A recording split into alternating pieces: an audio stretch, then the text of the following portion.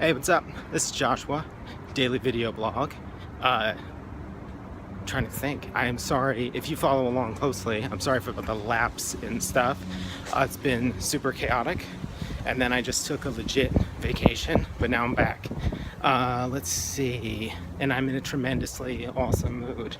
And what we're going to talk about today is project planning and things like that.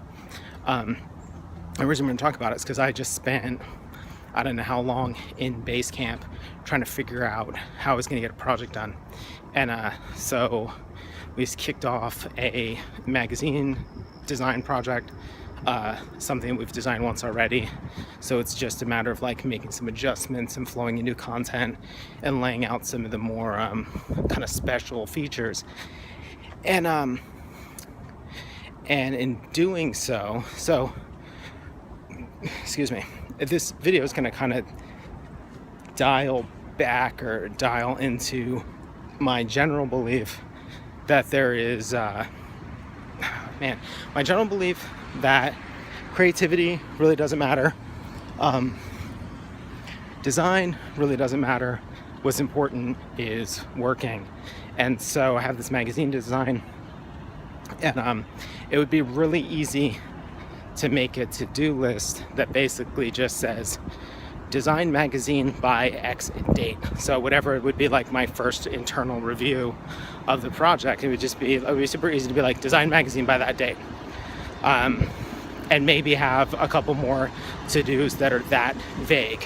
Revise magazine at date 2 and revise again at date 3, and then to just kind of call it a day.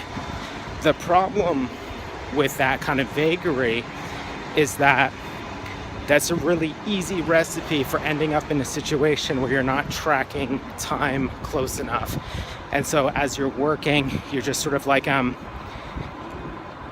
find that when I have vague to-dos, it's really easy to spend too long on one particular area because it feels like I'm doing something, even though what I'm potentially doing is wasting a lot of time and not planning for when things inevitably go wrong.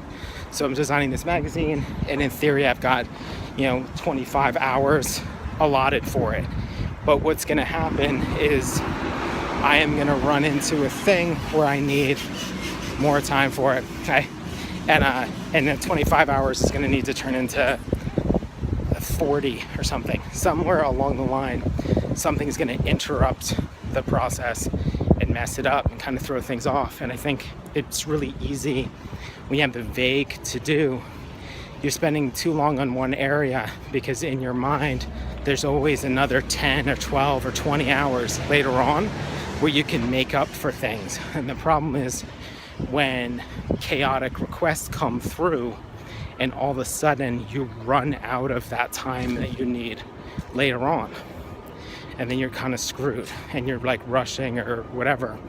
So my approach to avoid that is to break down those to-dos into as many little things as possible. So not even just the level of, say, do color research, but instead break color research, because I need to pick a color palette, down into multiple to-dos. So the first one is compile a list of keywords that describe the type of color palettes I need, and then specifically break down how long that should take me. I have 15 minutes. And then add into that, looking for bicyclists, add into that another quality, which is where am I going to do the research? So I actually have it like for 15 minutes, I will then look for these sort of color palettes on Pinterest. And for another 15 minutes, I will look through design annuals. Now it might take me longer than 15 minutes, but at least now I have a general gauge of if I get off track, I know where I'm gonna have to make up for time rather than have these sort of big, vague answers. So right now I have in Basecamp multiple to-dos. I have a cover to do. I have a table of contents to do. I have a copy layout to-do list. And each one of those is broken out not into obsessively small detail, but into really clear, actionable items. And if you're familiar with Getting Things Done or GTD, then you know where this is coming from and why I would do that.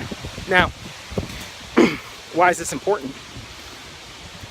Design the magazine is big and vague and unclear. And on top of that, it doesn't, trying to think how to put this.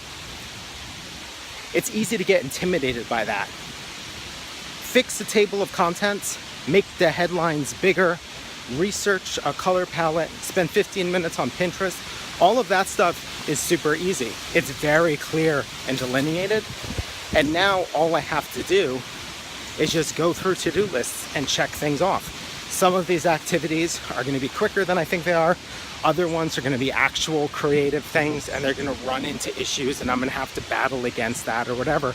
But in general, it takes a lot of the mystery out of the project and turns it into a straightforward set of activities, some of which will be creative and some of which won't. Trying to think. The other thing that this does, and I'm using Basecamp, so it means that I'm assigning a date to everything. When am I going to get it done? As I'm doing it, I am seeing other potential issues pop up. I realize I'm supposed to give a talk at MCAD in 10 days. Pretty much on the same day, or maybe 2 days before I have to present this magazine. That freaks me out.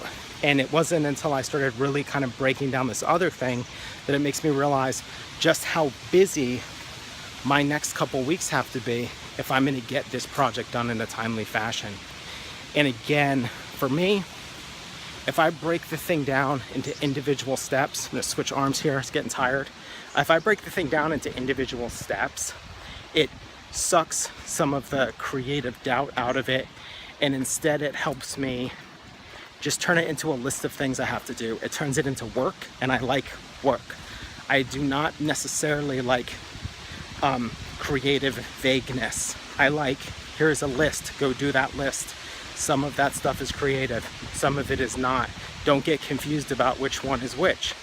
So, if you haven't read the book, Getting Things Done, I highly recommend it. There was a recent reissue in the last year or two that kind of reworks the original 2001 book for more of a contemporary setting.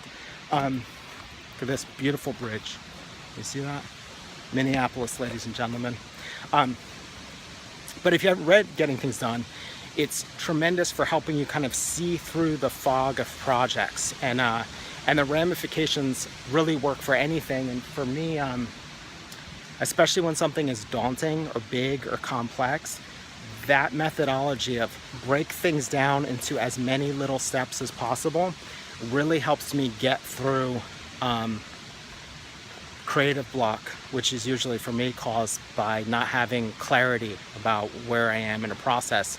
This makes it very clear about where I am in a process, and it helps me to understand where I might have more time than I think I do and where I have less time. So the other way to do this that I do, like for planning classes, is I usually just take sheets of paper, write dates along the top, put dates of classes, and then I just put things on post-it notes and arrange them according to those dates and try to figure out, like, if I'm planning an assignment, when does it need to be due? And if it's due on this date, when does a critique need to be done? And when that critique is done, like, what do they have to have the week before?